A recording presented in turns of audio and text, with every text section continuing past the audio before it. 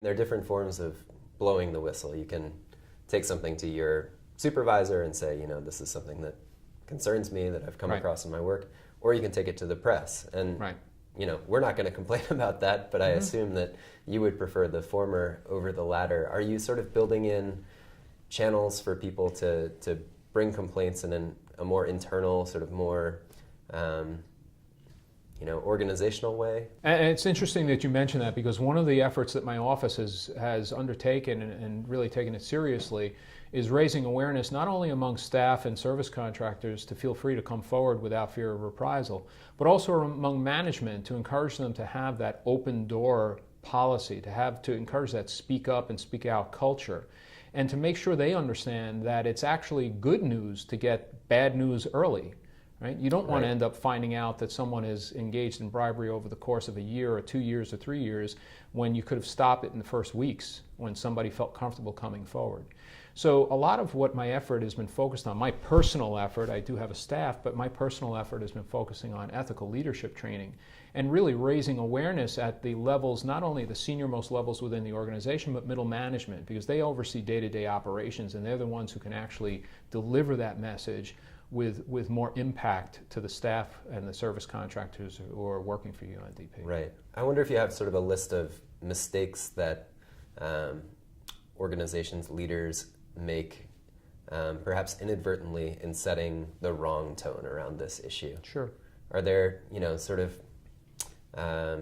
just miscues that you see that make an organization less open to this sort of internal feedback process than it might be? Yeah, unfortunately, this is not unique to UNDP. This goes to any corporate enterprise or other UN agencies or governments or whatnot.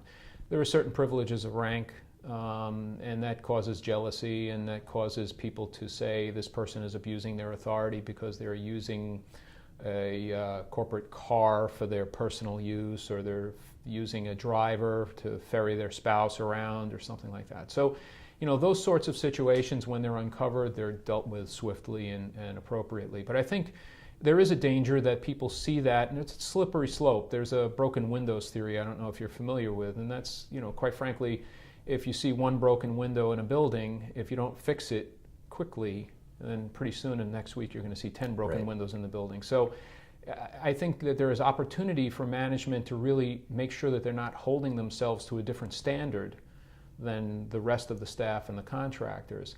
I'm not saying that that is something that happens with any regularity at UNDP, but it's certainly something I've seen in my experience through the years in corporate America, global corporations as well, and at UN at large. So it does happen from time to time. So that's one of those areas.